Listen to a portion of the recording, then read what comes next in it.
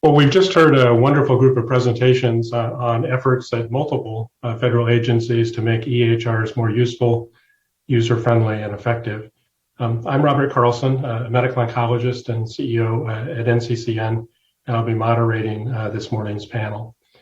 I would remind the audience that you should use the chat function to submit questions that you would be interested in having the panel address. And you can either address those to the entire panel or you can direct them to individuals on the panel.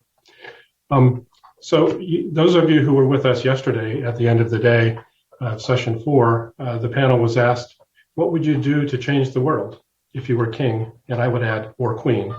And I think we've heard some additional ideas responsive to that question this morning.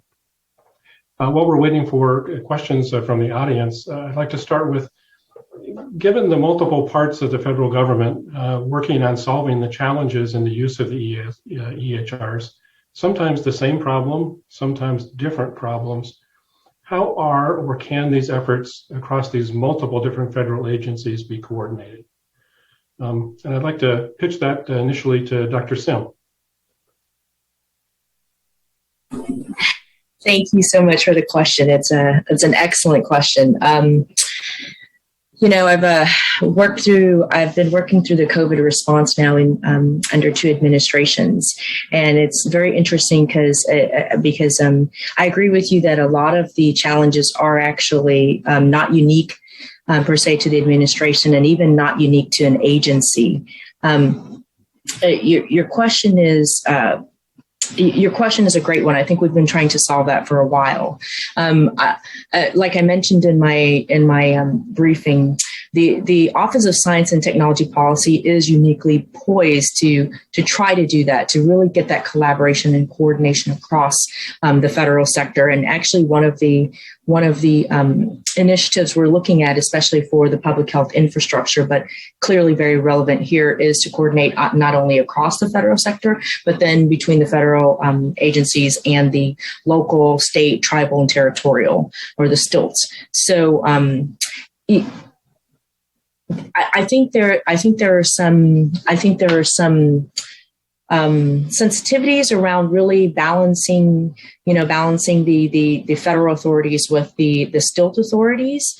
And so again, it's a challenging question, but OSTP, again, I think is in a position to at least attempt to coordinate across the federal sector as well as with stilts. I actually think the key is going to really lie in the public and private partnerships. I mean, a lot of other countries, like globally, when I worked in, for instance, like Vietnam and Southeast Asia and Asia period, a lot of the work that they did that was very successful and overcame the coordination really came through public and private partnerships. And so again, I think that will be a large part of what we as the United States can do to coordinate. Not again just across the federal agencies and with stilts, but really again across like academic sector, really engaging like the private sector and corporations. So that I think that's what I'll stop there. Okay, well, thank you very much. Mr. Schonberg, Office of the National Coordinator, what's the ONC's perspective on this issue? Thank you. I was going to raise my hand to provide the ONC perspective. I think we heard kind of often in the presentation that data and just the lack of structured, comprehensive data within EHRs is a key factor and really a key enabler for future innovation. So what we did in ONC in our 21st Century Cures Act was build out, as I described in my presentation, we have this structure called USCDI. That's basically a set of semantically exchangeable, well-structured data that is available across all certified EHR technology. And we see it as a growing floor.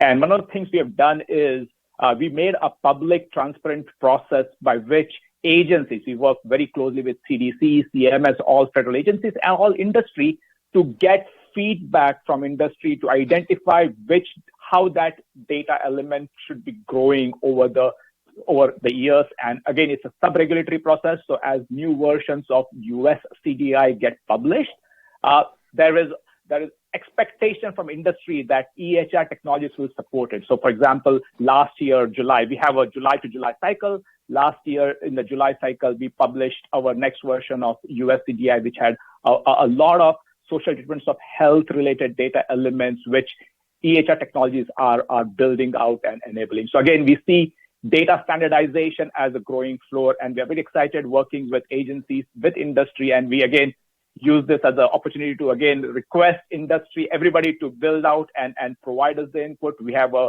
public website that's open 24/7 to get input, and then every year that data gets that USCDI standard gets published, and then again, right now it's a sub-regulatory process, and then we anticipate in the future as new regulations come through that those elements will again become part of our regulations. So again, completely like aligned, and we want agencies and industry all to work together to grow. We know cancer is a complex field. We have kind of started with,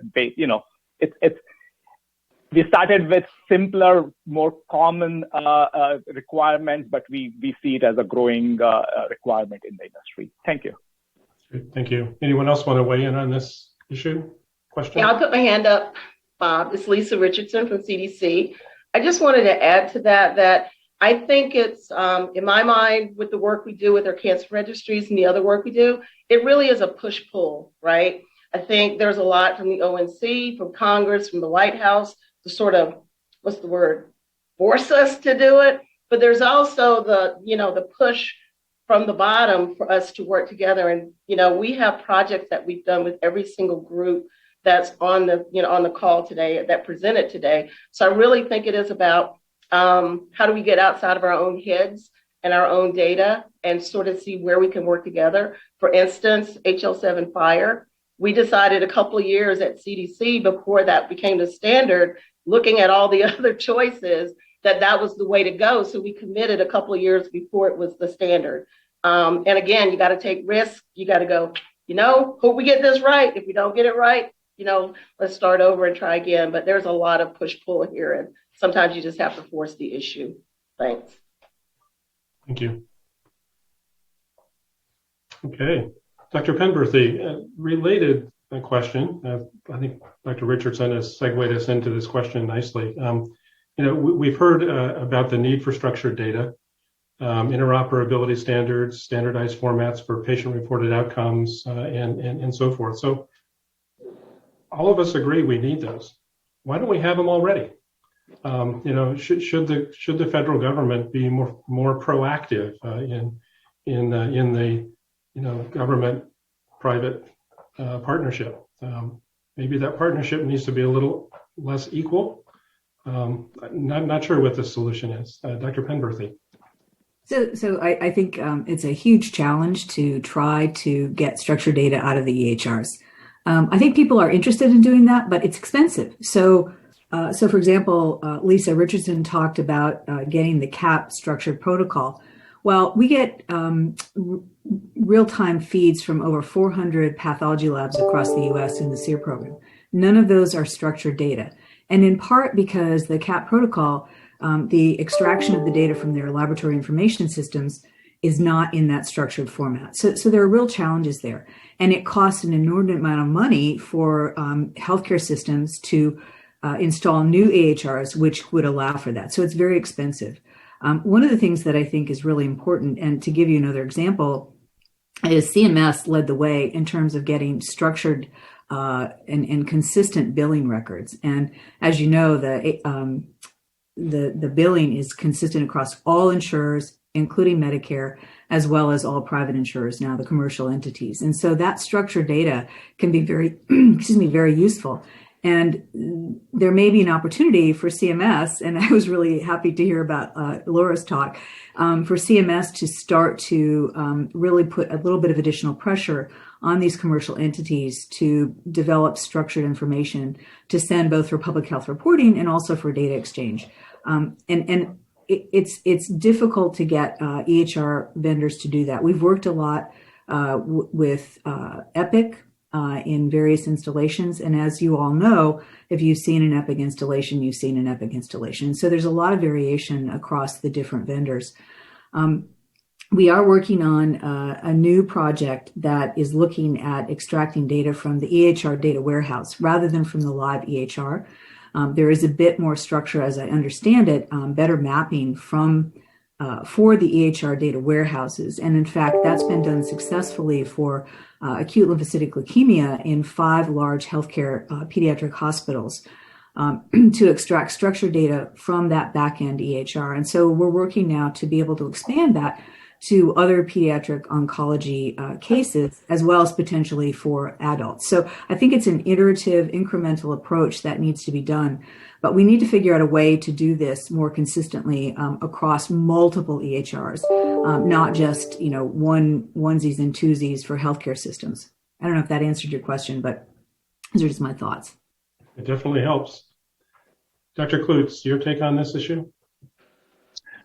I mean, one of the things that I think, just referencing back to the first question about how can we get together and collaborate more within the government, is I think that one of the keys is that you absolutely have to know what you're asking of the EHR and ask the end user. And so if what you want to get from the EHR is substantial evidence of efficacy, you should ask the FDA and make sure they're in the conversation when ONC or CMMI insert a standard format.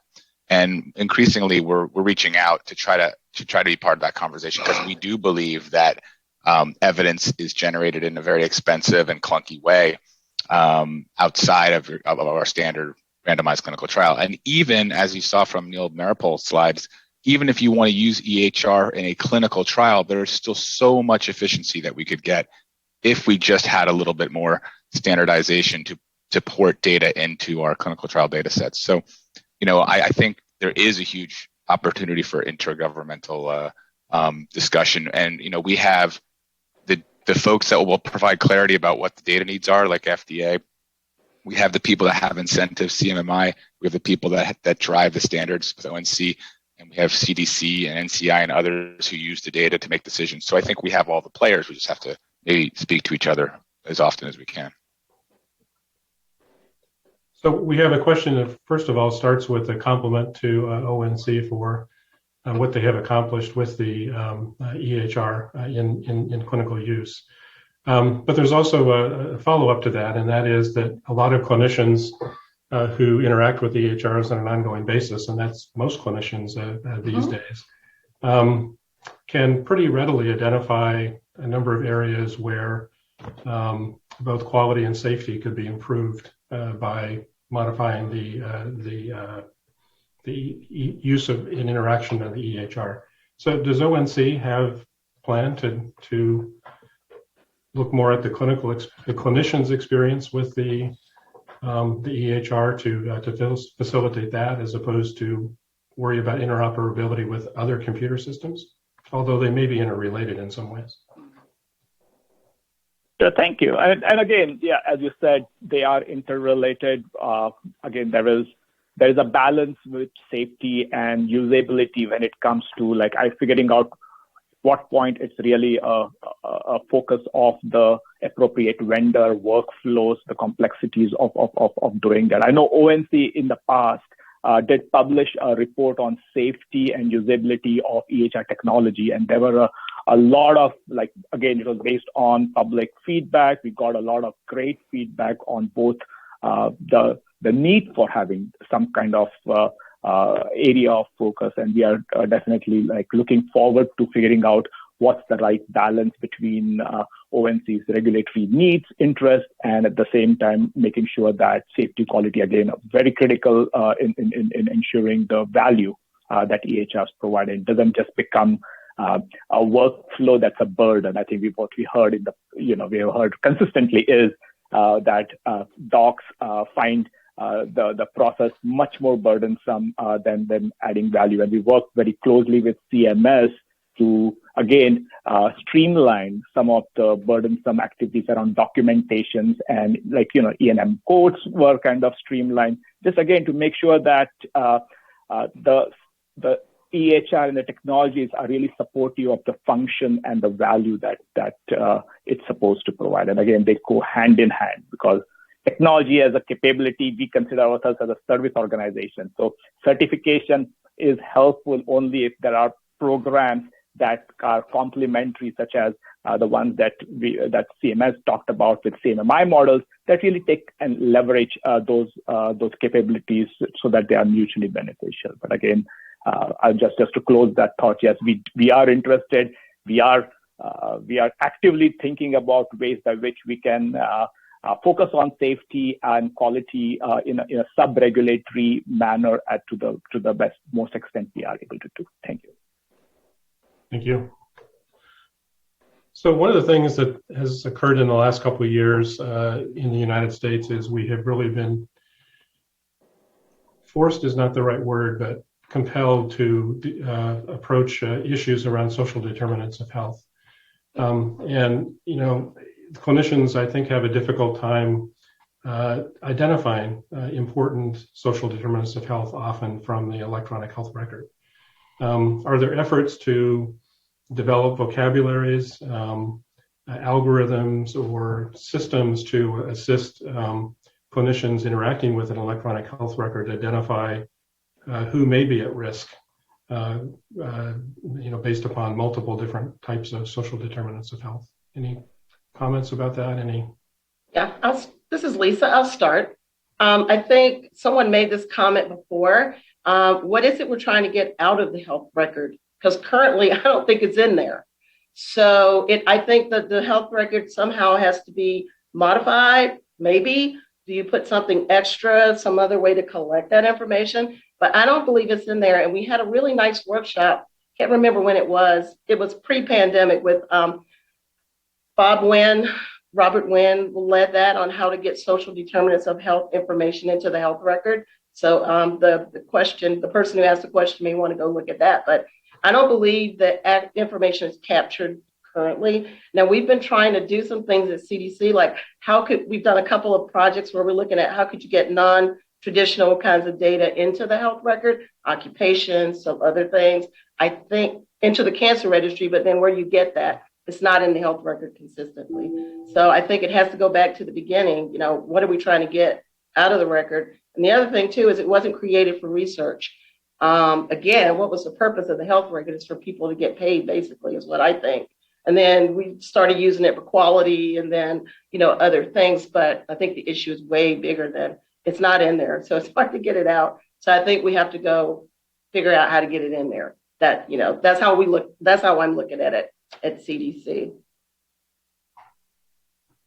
And I completely agree with Dr. Richardson. This is tweet from the White House Office of Science and Technology Policy. I'll tell you, I smiled because we have been talking about this for a while, and in fact, we just started up a social determinants of health interagency policy committee, and so we're working across like the federal sector, but we're also going to ask like the stakeholders to come in and really from industry and talk to us about just what you're asking, and I think also what Dr. Richardson was saying, what are the important things that we want to consider, but we're also considering things like accessibility, not just is the data accessible, because we all talk about data interoperability and, standards, but again, I think to Dr. Richardson's point, like, first of all, what data do we need? What data do we want? How do we have access to it? And we have to balance that also, when we're thinking about policies and processes, we also have to balance it with, again, like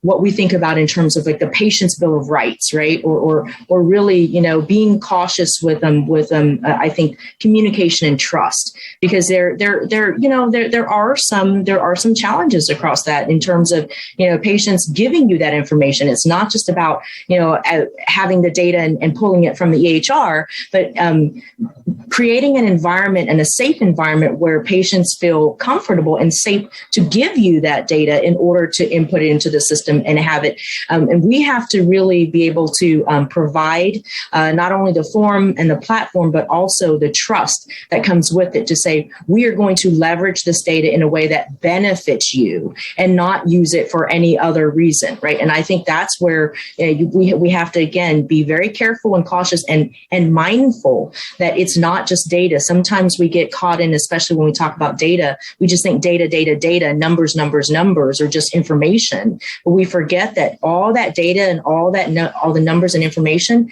that stuff is connected to a person, to an individual. And so we just, we need to be very mindful of that. And so we are very, at the White House, we are very keenly interested in social determinants of health and how that data is not only going to be leveraged, how it's going to be accessed, how it's going to be integrated.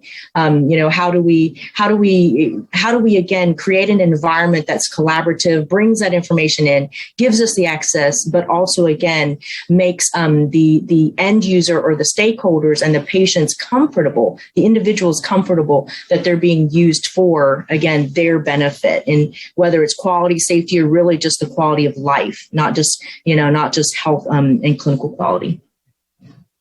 Right. And there's a comment from the audience about the challenges of maintaining the data in the EHR relating to social determinants of health, to maintaining that to current. So this is Avinash. Can I make a quick comment on it, of course, if possible? I just wanted to give a shout out to a large initiative, a public-private sector initiative called Gravity Project. I don't know if how many, I'm sure some of the participants have heard.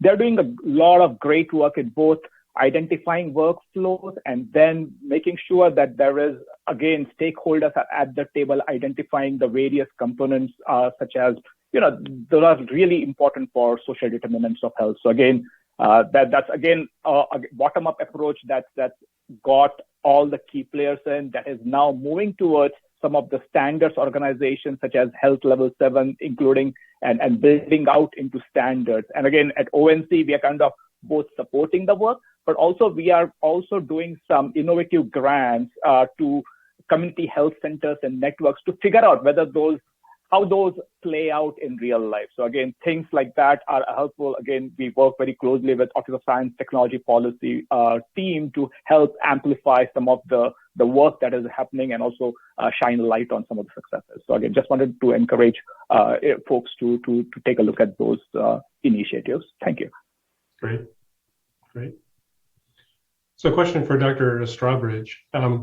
We heard about communication between a patient and provider and the use of patient portals for information access and communication. And you expanded on the issue of the certified EHR designation by CMS requiring that sort of communication.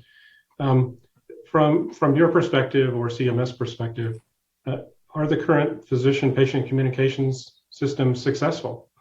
And what metric are you using to declare the communication system successful or not? Thanks. That's a complicated and great question.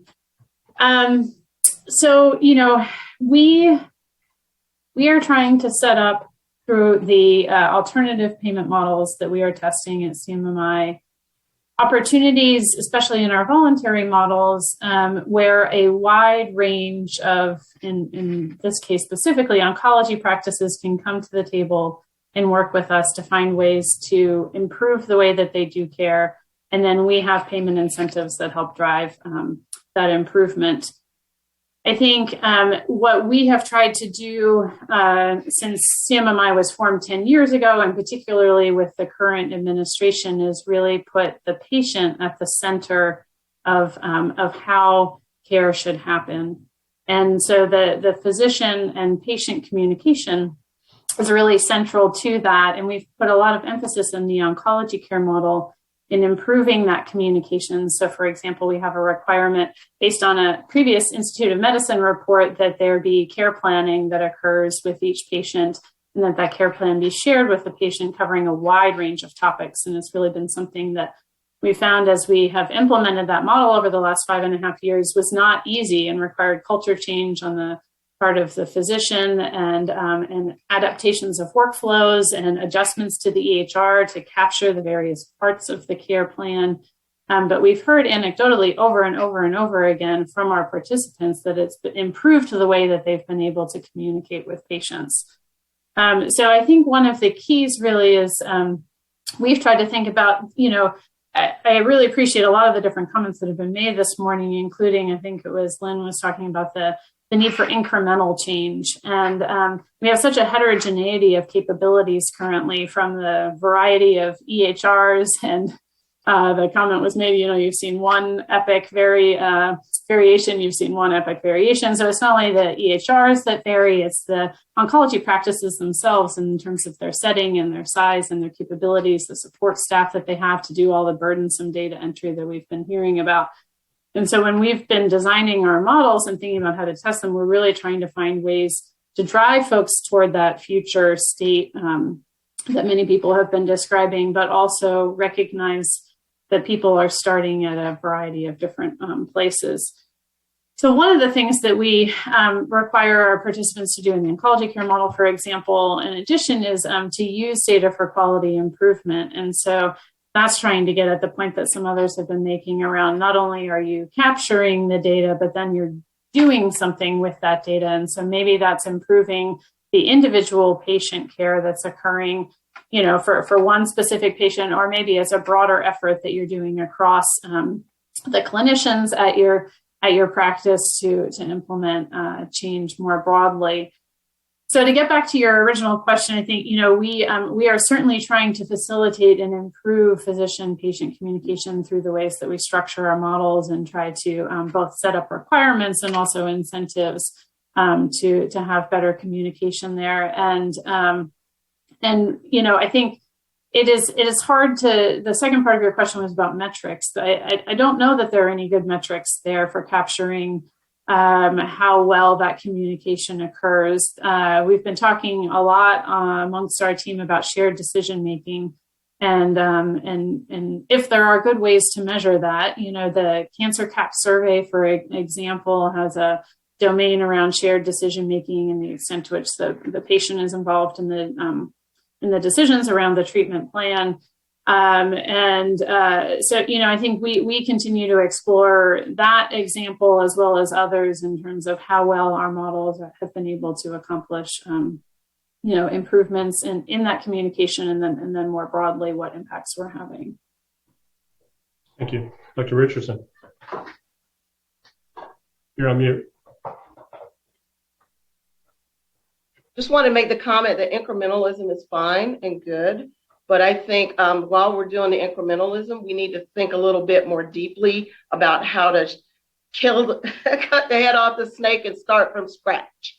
So I can't think of any other way to say it, but it's fine and good for us to do that. And we do it at CDC because that's how we do business, is incremental. But I think we have to think again about how could this look different? What could we do? How could we start over? Heard of Coach K there's an ACC tournament, sort of history of the tournament thing on right now. And he said, failure is not the destination, but you're going to fail on the way to the destination. So I think we might need to be a little bit more bold and think a little bit, outside, well, not outside, you need a box to guide you, but think a little bit more about how we could actually change the way we're doing things and do them differently. We don't have to keep doing it the same way, everyone.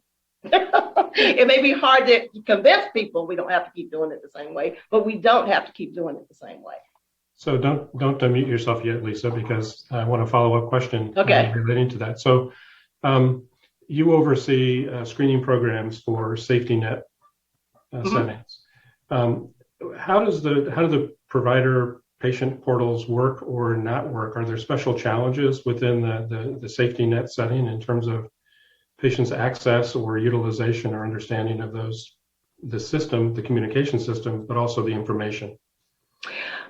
I don't really think so. I made that comment when I was giving my presentation. I think another bold and outside the box thinking, we all care about our health the same, regardless of what our socioeconomic status is. I think we get into that, poor people are this way, other people are that way. Completely wrong. I care just as deeply. I may not be able to do anything about it. Having said that, I think that in those settings, we do try to do a better job of communicating with patients, whether that was the right intent or not, but we do try to do better. And I think systems where we can track and follow, such as the thing that I mentioned, and I think the ONC gentleman mentioned as well, the President's Cancer Panel on how can we build a system that would alert us to what you need. So to your point, our colorectal cancer control program is a health systems intervention. program, which has been tremendously successful. You go in and you implement the community guide recommendations as part of the workflow. And the deal is you cannot increase, as you know, Bob and everybody else, you cannot increase the burden on the provider. It will not happen, right? So with that in mind, the project that we're doing with computable guidelines is the goal is very little additional burden on the provider. It's all integrated in the system. It tells the provider, hey, there's a lady here that hasn't been screened for cervical cancer in 5 years. Here's something that you need to do. If it's abnormal, then it tells you what to do in follow-up, and it's all inside the health record. That's what I meant by we got to do something different, because I, provider Lisa, cannot remember every woman in my practice that needs a Pap test. I cannot. So at some point, and in our screening program for breast cancer and cervical cancer, most of our programs have set that up, Bob, where they can actually know who needs to be screened and reach out to them. So there are ways to do it, but almost all of that as well is external to the health system. And so somehow we have to be able to integrate that in. So hopefully, fingers crossed, I'm going to keep working on that. So we're just about at the end of our time, but we do have a question that I just want to make people aware of that came from the audience. I'm not sure, I know we don't have time to address it. And that is that we've been talking the last day and a half now on EHRs within oncology. But there are a number of other specialties that have needs that are akin to what we have in oncology, although they're totally different vocabularies, totally different types of therapeutics and so forth. And so this is a challenge not only within oncology, but within multiple different areas of medicine as well. Well, with that, I'd like to thank our panelists for your time and expertise, the audience for your active participation. And we will be taking a break. Please come back with us in 10 minutes at 10:45 Eastern Time. Thank you. Thank you.